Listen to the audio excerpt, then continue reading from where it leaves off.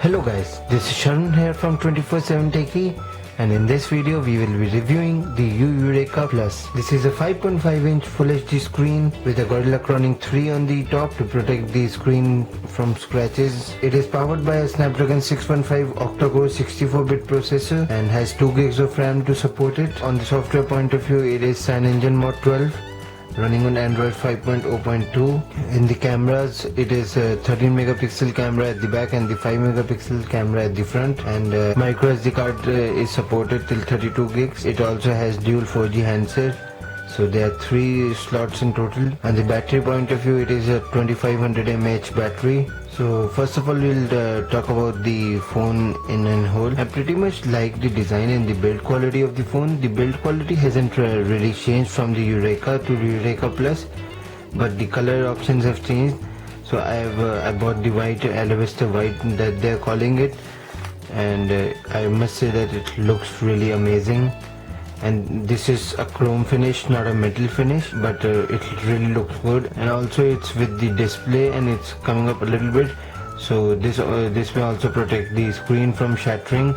If it falls like this or even falls from the edges, it may protect the screen a little bit. And the white color does looks good. I've had this phone for a while now and it remains white. There are no stains, nothing, and I've always used it without the cover and everything, and pretty much a great build quality and design. And the biggest change from the Yureka to Yureka Plus was the display, and I must say the display is amazing. It is bright, it is vivid, and it is very sharp, and it really looks good. And this display for 9,000 rupees is really good, and the capacitive keys are all 3 backlit.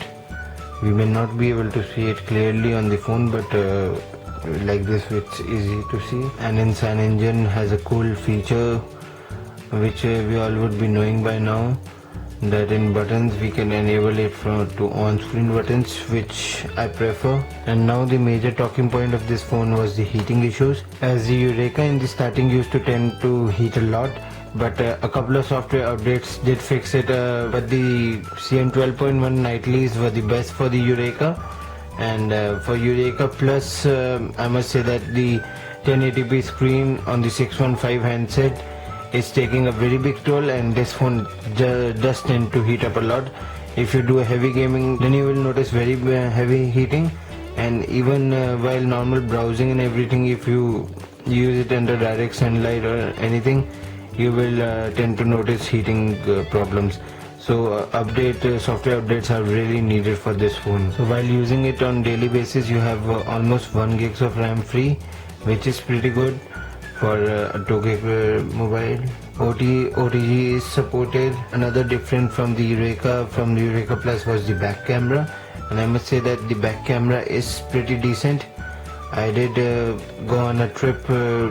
And took the phone, and I must say that the image qualities were decent. The low light performance wasn't really very good, but on the front cameras and the performance from back cameras and the front cameras were pretty decent, and I did like it. As you can see, the images are very vivid, they do look good, and the colors were sometimes oversaturated, but usually they look good.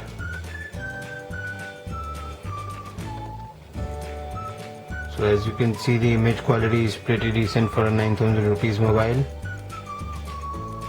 And now we'll come to the software point of view. This phone does come with the CM12 on the out of the box, which is running on Android 5.0.2. And if you notice, the build number is exactly the same as the Yureka, which uses it. I did try to install the CM12.1 Yureka software, but the phone just crashed. It didn't support it, so don't try this unless and until it's mentioned CM12.1 for Yureka Plus.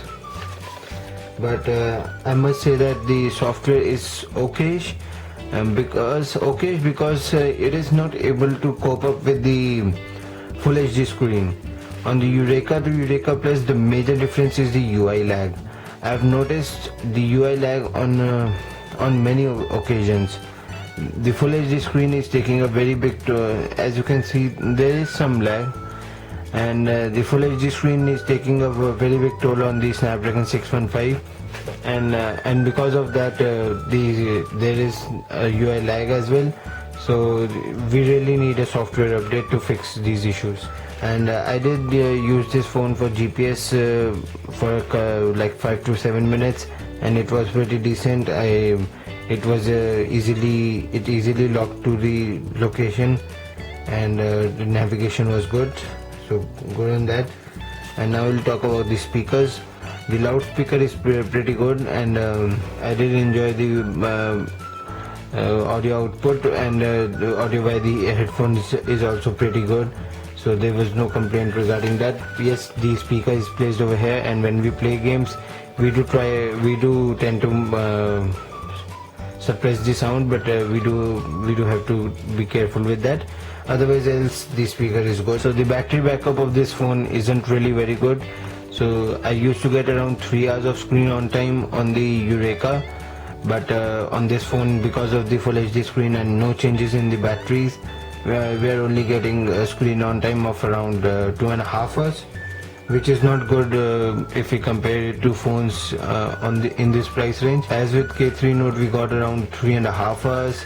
With Meizu M1 Note we are getting 3.5 hours, but with this phone we are only getting 2.5 hours, so that is not good. Now particularly in the gaming point of view, the phone did perform pretty fine with the games like Leo's Fortune and Riptide GP2, but when we played Mortal Kombat 5 or Asphalt 8, the phone did tend to get heated up, and it also started to lag a lot also. The game was playable but not really very enjoyable, so it can handle the usual games very nicely. And Angry Bird 2 also was playing very well on this phone, so not for heavy games, but for usual games it's very good.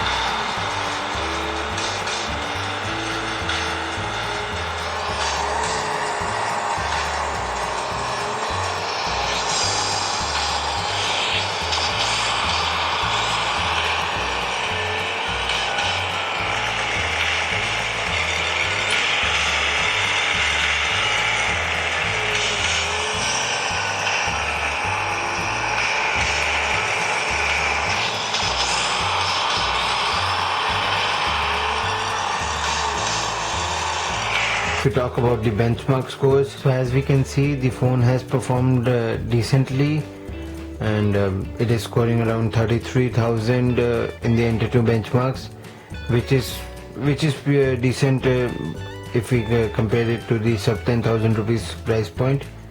But the phone does have a lot of flaws. To conclude the review, I must say that the phone does have a lot of flaws, and you does need to work on the device a lot more, as the phone is not really very suitable for us 10,000 rupees price point.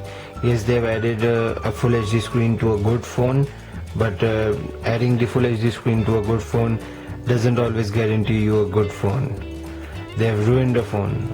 I must say that. I've had this phone for a while now, and I must say that after testing it for a couple of days, I was just like that. I'm disappointed with you. I've disappointed with the strategy that the U is working with. Yes, the phone does looks good in the white color, and I must say that, but everything else is not working with for them. They do need a couple of software updates, and that too also fast, because in the sub 10,000 price category, the market is really very heating up. Phones like Meizu M2 Note, M1 Note, both are priced at 10,000 rupees. Even the K3 Note, the phones are much better than the Yureka Plus, and in my opinion, you should skip this phone, and for 10,000 rupees you should either go for the M1 Note, M2 Note or the K3 Note, not the Yureka Plus. Thank you very much for watching this video, guys. This was Sharon here from 24/7 Techie reviewing the Yureka Plus, and if you guys have anything to share or add, or would like to give us a feedback, do comment on the video or contact us through Facebook, Twitter, and we will surely get in touch with you. Guys, do subscribe to our channel, because we really need subscribers, and you can help us a lot if you click on that red subscribe button. We are also giving away a sealed U Fit, and I will be adding a card to the video.